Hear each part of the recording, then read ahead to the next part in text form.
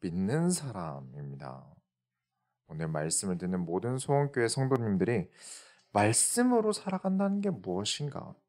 어떤 것인지, 말씀을 이루어짐을 믿는 사람이라는 것을 무슨 사람이라고 하는지 오늘 알게 되시길 바랍니다.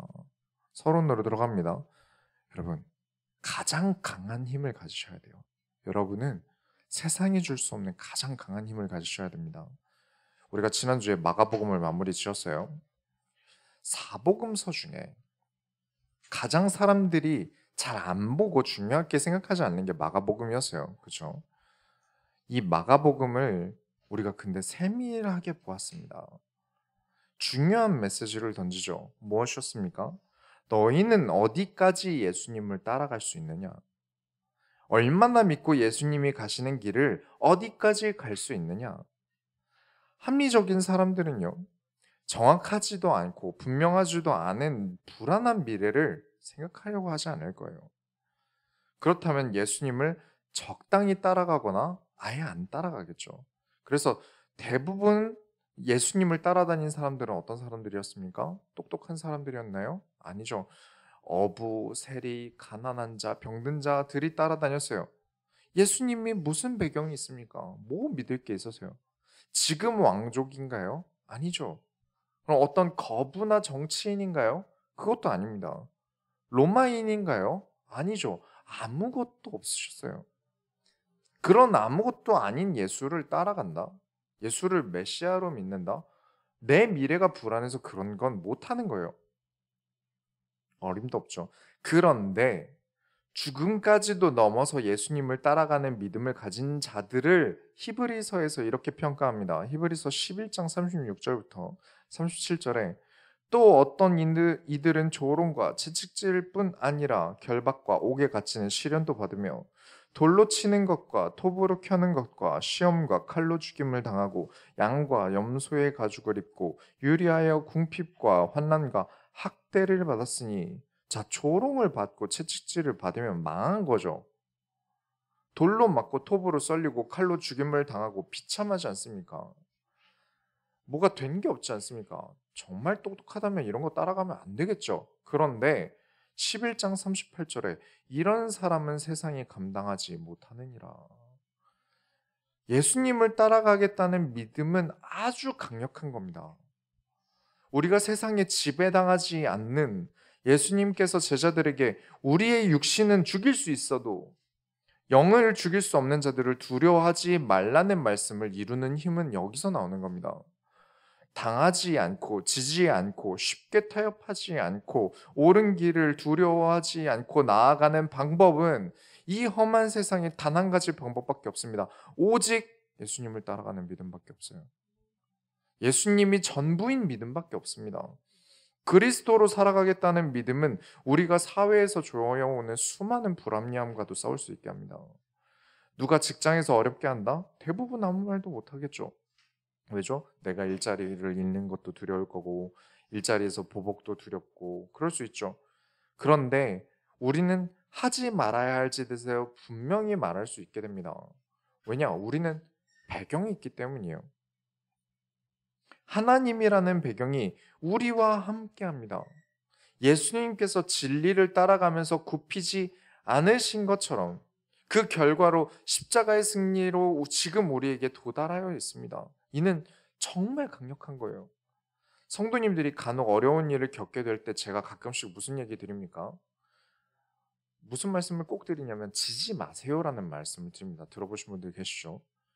이기고 오세요라는 말 꼭 드려요. 막 싸우고 내가 원한 걸 쟁취하세요라는 뜻으로 말씀드리는 게 아닙니다. 우리가 마음이 지지 않겠다는 마음을 먹지 않으면 무조건 집니다. 운동이든 시험이든 뭘 하든 마찬가지예요. 이기겠다는 마음으로 하지 않으면 집니다. 될 거라고 생각하지 않고 하면 안 돼요. 곧 내가 내 앞에서 앞서 가셔서 이미 승리하신 그리스도를 따라 반드시 승리할 줄 믿는다는 믿음을 가지셔야 합니다. 그건 아주 강력한 거예요. 반드시 마가복음 내용을 기억하시면서 꼭 승리하는 모든 소원교회 성도님 여러분들이 다 되시기 바랍니다. 오늘 마가복음 1장을 함께 보시면서 성령 충만한 사람은 어떤 사람인가? 성령 충만 많이 들어보셨죠? 성령으로 충만하다. 도대체 성령으로 충만하면 어떤 믿음의 결과들이 나타나는가? 어떤 사람이 성령 충만의 자격이 있는가? 오늘 확인하게 되시기 바랍니다. 본론으로 들어갑니다. 자, 누가복음. 우리가 그래도 누가복음을 이제 시작하니까 어떤 성경인지 우리가 알아야겠죠. 자, 누가복음은 누가 썼을까요? 누가가 썼습니다. 누가는 유대인이 아니에요. 예수님의 복음서를 쓴 외국인으로 생각하시면 됩니다.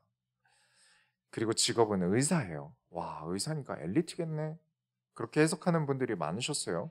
우리나라에서의 의사는 엄청 고생해서 학문을 공부를 많이 하신 사람들이지 않습니까?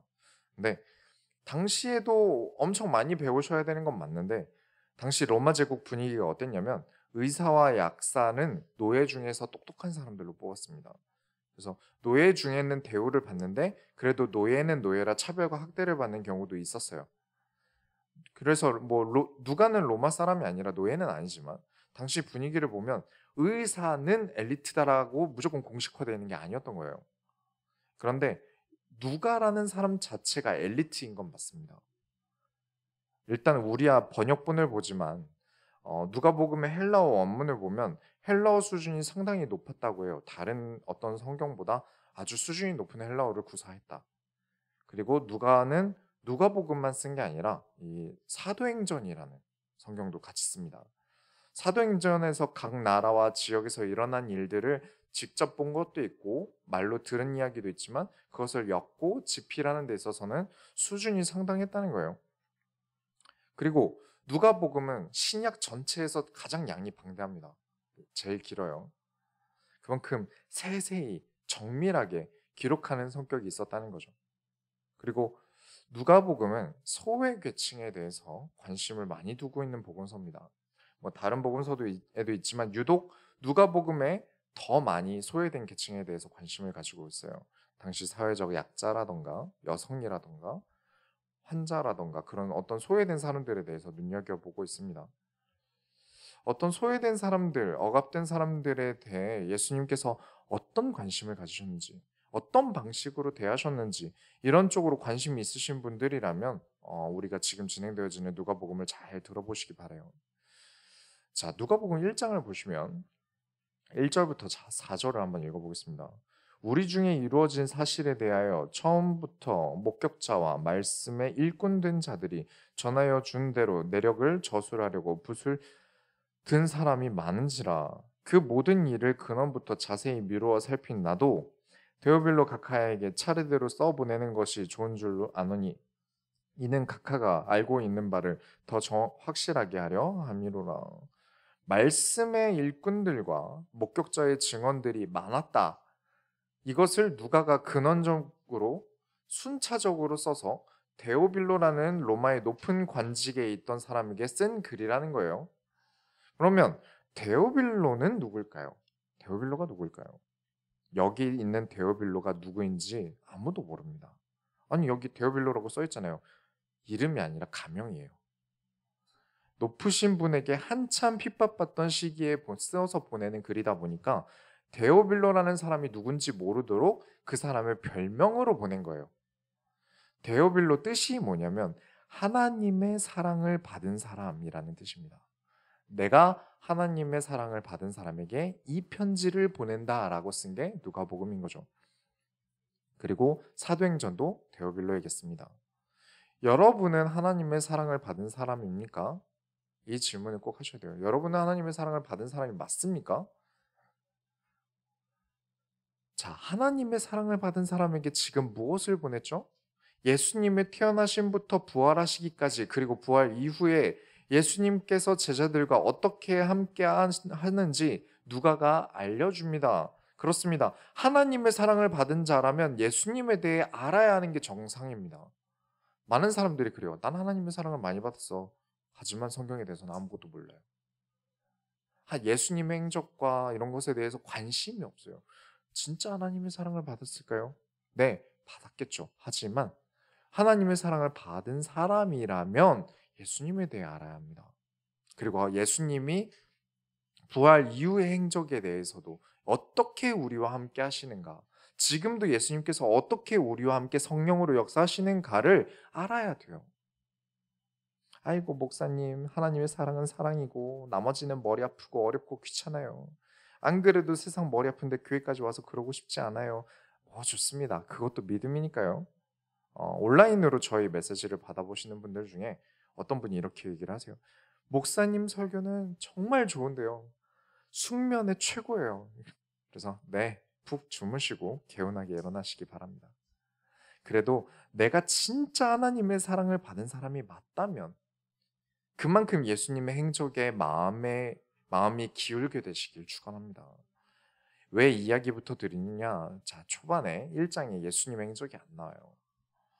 누가가 근원부터 이야기를 시작하다 보니까 누가복음 이후에 이제 한 3, 4장부터 넘어가면서 이제 예수님의 사역들이 나오기 시작하죠. 그래서 어떤 사람에게는 예수님도 안 나오는데 지루하다. 꼭 들어야 되냐? 라고 생각할 수 있는 선입견부터 생길 수 있어요. 언제는 안 그랬습니까? 마가복음에도 어떤 보물이 숨겨져 있는지 열어보니까 어마어마하게 많은 보물들이 숨겨져 있지 않았습니까? 누가복음에도요. 하나님께서 많은 보물들을 여러분을 위해 숨겨두셨습니다. 그래서 꼭 함께 나누면서 더 깊이 있는 말씀으로 들어가게 되시기 바랍니다. 두 번째로 하나님의 뜻을 위한 침묵을 지키는 사람들이 있어요. 우리 교주에도 있는 거지만 우리가 말하는 믿음보다 침묵의 믿음이 더 얼마나 하나님 앞에 크게 쓰임받는지 기억하셔야 됩니다. 우리가 가지고 있는 구약 성경의 마지막에 뭐가 있죠? 말라기가 있습니다. 시기도 가장 마지막에 쓰여졌어요. 그리고 말라기부터 누가복음의 1장의 시작까지 몇 년이 걸린 뒤일까요? 무려 400년이나 지난 뒤에요. 400년 동안 하나님께서 말씀을 주시지 않으셨다는 거예요. 분명 나라가 위기가 오거나 혼란이 오거나 재앙이 덮치거나 전쟁이 일어나면 어김없이 선지자를 보내주시고 말씀을 주셨어요. 근데 400년이나 시간이 지난다는 건 너무 긴 시간 동안 하나님께서 아무 이야기를 안 하셨다는 거예요. 틈틈이 개인에게는 하나님이 분명히 역사하셨을 겁니다. 그런데 나라 전체를 운영하는 데 있어서 선지자로 하여금 말씀을 주지 않으셨다는 거예요. 이거 아주 중요한 겁니다. 400년 전에 이미 예수 그리스도께서 어떻게 오실지에 대한 예언을 끝내셨다는 거예요. 5절부터 마지막 내용까지 최대한 요약을 해서 말씀을 드릴 거예요. 사실은 누가가 필력이 좋아서 읽기만 해도 어려운 게 없습니다. 자, 나이 많은 제사장 부부가 있었어요. 이 두 사람이 하나님 앞에 크게 흠없는 의인으로서 살고 있었습니다. 그런데 나이가 많이 들 때까지 아이가 없었어요. 이 제사장이 당시에 하나님을 섬기는 이 제사장 팀이 24개 팀이었습니다. 24개 팀이에요. 순서마다 예배드리는 순서마다 한 팀씩 돌아가면서 제사를 드렸는데 이 제사가 1년에 많아야 2번밖에 안 됩니다. 2번 드린다고 해도 자기 팀의 순서가 오는 건 몇 년 후에 오는 겁니까? 12년 후에 와요. 거기다 한 팀당 제사장 숫자가 1000명 정도 됩니다. 그러면 12년을 기다린 뒤에 자기 팀 차례에 1000대 1의 확률을 뚫고 제비를 뽑아서 한 명이 하나님께 제사를 드립니다. 엄청 희박한 거예요. 내가 제사장으로서 이 제사를 드리는 확률이 엄청 희박한 거예요. 근데 지금 보고 계신 사가랴라는 이 나이 많은 제사장이 뽑힙니다. 보통 일이 아닌 거죠. 진짜 하나님이 이렇게 콕 집어서 드러내서 선택하신 거예요. 이유가 있으신 거겠죠. 그때 하나님의 사자가 이 제사장이 제사를 드리는데 나타나서는 너의 아내가 아들을 낳을 것인데 아들의 이름을 요한이라고 해라. 이 요한이 한 일은 15절부터 16절에 이는 그가 주 앞에 큰 자가 되며 포도주나 독한 술을 마시지 아니하며 모태로부터 성령의 충만함을 받아 이스라엘 자손을 주 곧 그들의 하나님께로 많이 돌아오게 하겠습니다. 이 사람이 세례 요한이에요. 하나님은 세례 요한으로 예수님께서 오실 길을 먼저 열도록 시작하셨습니다. 자, 사역자는 술을 멀리해야 돼요. 이유가 뭘까요? 많은 이유 중에 한 가지는 입 때문에 그렇습니다. 술 기운에 하면 안 되는 실수를 많이 하는 걸 봤는데 그 중에 가장 무서운 게 입이에요. 강단에서 펴서 읽는 하나님의 말씀은 이 성경을 내가 술 마시고 한 실수 때문에 상대방으로 하여금 권위가 낮춰지게 되는 거죠. 제가 술 먹고 여러분에게 말실수를 했어요. 그리고 여러분이 여기서 예배를 드리고 있죠. 이 성경을 펴서 설교하고 있는 이 설교의 권위가 떨어질 수 있다는 거예요. 그래서 사역자들은 술을 멀리해야 되는 게 저는 맞다고 봅니다. 그리고 누가복음의 특징 중 하나는 성령님에 대한 언급이 많다는 겁니다. 성령의 충만함이란 단어도 많이 나오고요. 사복음서 중에서 성령에 대한 이야기가 제일 많아요. 1장 17절에 그가 또 엘리야의 심령과 능력으로 주 앞에 먼저 와서 아버지의 마음을 자식에게 거스르는 자를 의인에게 슬기에 돌아오게 하고 주를 위하여 세운 백성을 준비하리라. 많은 사람들이 다시금 하나님의 말씀에 귀를 기울이게 만들고 하나님 앞에 세운 이후에 예수님께서 사역을 하실 때 예수님께 사람들이 빠르게 관심을 가지도록 하였습니다. 이 이야기를 듣고 제사를 드리고 있던 그 제사장이 의문을 품어요. 내가 나이도 많고 아내도 나이가 많은데 무슨 자식을 낳습니까? 그 말을 듣고 천사가 이런 말을 합니다. 1장 20절에 보라, 이 일이 되는 날까지 내가 말 못하는 자가 되어 능히 말을 못하리니 이는 내가 내 말을 믿지 아니함이거니와 때가 이르면 내 말이 이루어지리라 하더라. 이렇고 벙어리가 되어버렸어요. 귀가 막고요, 말을 못하게 되었어요. 하나님의 일을 그르칠 그 입을 조심하라는 겁니다. 하나님의 일을 그르칠 그 귀 닫으라는 겁니다. 하나님께서는 자신의 계획을 이루십니다. 내가 믿든 안 믿든 반대로 행하든 제대로 행하든 어쨌든 하나님은 나를 향한 하나님의 계획을 이루십니다. 단 내가 하나님을 믿지 않으면 이렇게 고생하게 되는 거예요. 특히 정말 말을 조심하셔야 됩니다. 하나님의 일에 내가 말을 함부로 해서는 안 되는 거죠. 24절부터 25절에 이후에 그의 아내 엘리사벳이 잉태하고 5달 동안 숨어 있으며 이르되 주께서 나를 돌보시는 날에 사람들 앞에서 내 부끄러움을 없게 하시려고 이렇게 행하심이라 하였더라. 이 역시도 입과 많은 관련이 있습니다. 자, 남편은 지금 벙어리가 되었어요. 근데 임신을 했어요. 나이가 아주 많은데 주변에서 얼마나 많은 아주머니께서 물어보실 게 많으시겠습니까? 왜 그랬대? 남편이 뭘 먹었길래 아이가 생겼대? 근데 어떻게 해서 벙어리가 되었을까? 어머, 이게 무슨 일이래? 주변 친구, 제사장, 동료의 아내 등등 난리가 났을 거예요. 침묵으로 요한을 지키기 위해 숨어서 지냅니다.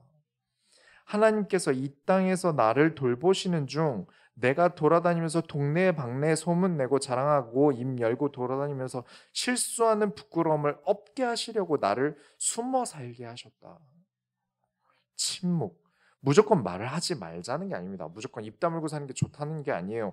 하나님의 계획이 무엇인지 모르는데 내가 막 앞서서 말하려고 해요.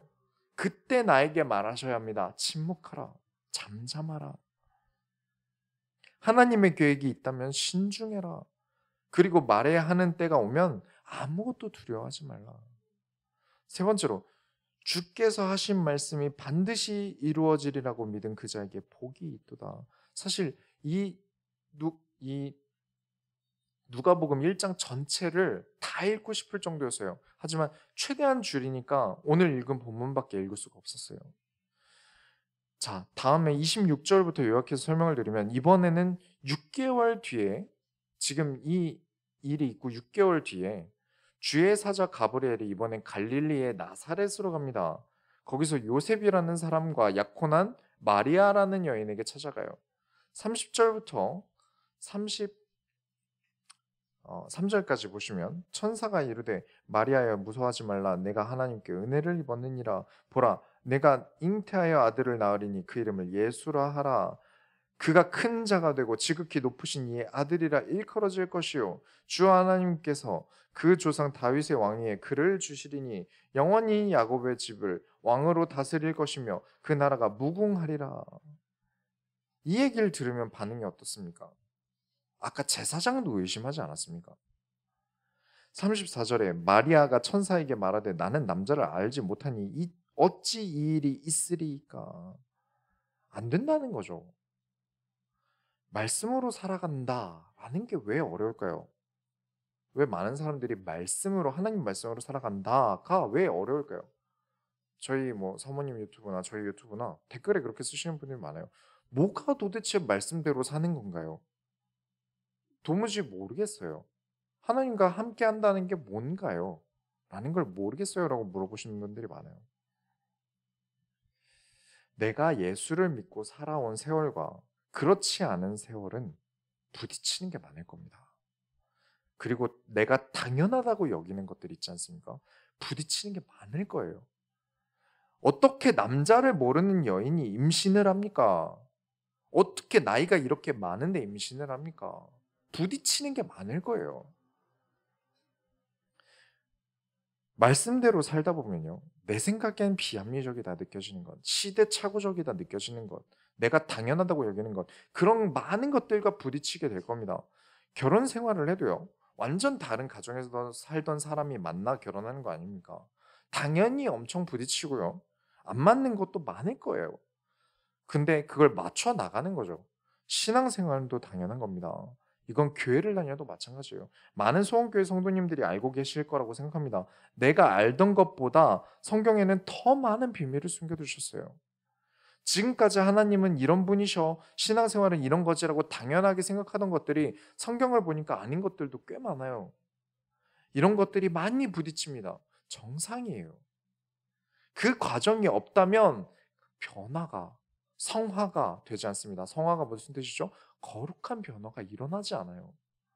왜 많은 기독교인들이 변하지 않습니까? 신앙생활을 10년, 20년을 해도 아는 게 없는 사람들 왜 그런 겁니까? 이유가 있습니다. 내 삶과 말씀이 격돌하고 내 생각과 말씀이 격돌하지 않아서 그래요. 부딪히게 되면 당연히 말씀이 이깁니다. 말씀에 승복하고 패배를 인정하고 하나님의 말씀을 높일 때 비로소 그 사람은 변화가 일어납니다. 그렇기에 가브리엘이 말합니다. 37절에 대저 하나님의 모든 말씀은 능하지 못하심이 없느니라. 인정하셔야 합니다. 하나님의 모든 말씀은 능하지 못하심이 없느니라. 겪어보셔야 합니다. 당연히 그 전까지는 부딪히는 거예요. 얼마 전에 이제 사모란 무엇인가 영상을 사모님과 함께 올렸는데 하나님이 나를 사모로 부르셨다는 부르심이 인정되지 않고 거부하고 싶다면 나만 고생하는 거예요. 목사도 마찬가지입니다. 하나님께서 목사가 되기까지 얼마나 끌고 오셨고 그게 싫어서 겪은 일들을 어떻게 다 말하겠습니까? 이는 모든 하나님 자녀들은 다 마찬가지예요. 그 많은 부딪힘에 승복하고 꺾여나가는 만큼 나는 더 나은 사람으로서 하나님이 쓰시기에 더 좋은 모습으로 변해가는 겁니다. 1장 38절에 마리아가 이르되 주의 여종이오니 말씀대로 내게 이루어지이다 하매 천사가 떠나가리라. 인정했어요. 그래요. 하나님의 말씀이 맞다면 그대로 이루실 것을 믿습니다. 이 다음에 마리아가 후다닥 어딜 가냐면 아까 보셨던 그 제사장 집으로 갑니다. 그 제사장의 아내와 마리아가 사촌이었다고 해요. 그렇게 예수의 어머니 마리아와 요한의 어머니가 만난 거죠. 둘이 만나는 순간 요한의 어머니 엘리사벳이 성령 충만함을 받아 이렇게 말합니다. 43절부터 45절에 내 주의 어머니가 내게 나오니 이 어찌 된 일인가? 보라, 내 문안하는 소리가 내 귀에 들릴 때 아이가 내 복중에서 기쁨으로 뛰돌았도다. 주께서 하신 말씀이 반드시 이루어지리라고 믿은 그 여자에게 복이 있도다. 45절 꼭 기억하세요. 하신 말씀이 반드시 이루어지리라고 믿은 그 여자에게 복이 있도다.